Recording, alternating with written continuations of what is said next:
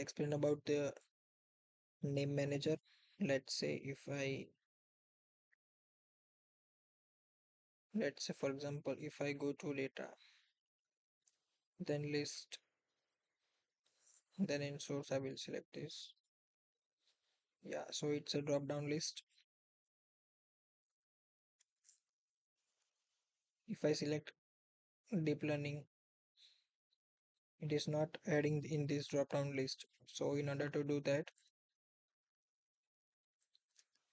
first I will remove this. First I will create the table,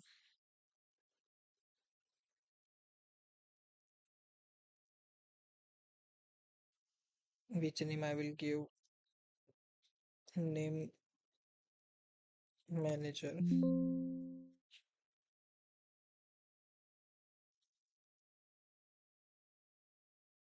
Name manager. So it's column 1 name manager. Then I will go to date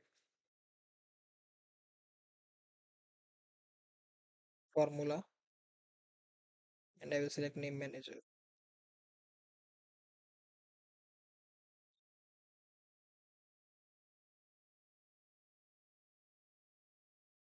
I select the name manager here.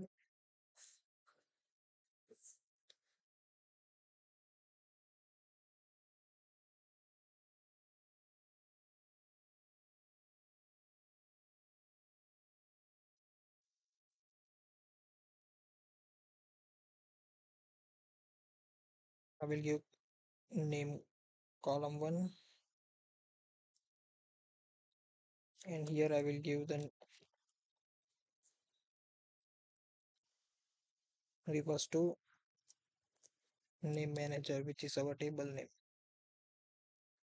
So yeah, so if I go to here, I will use column name, then it will show the value of the column name.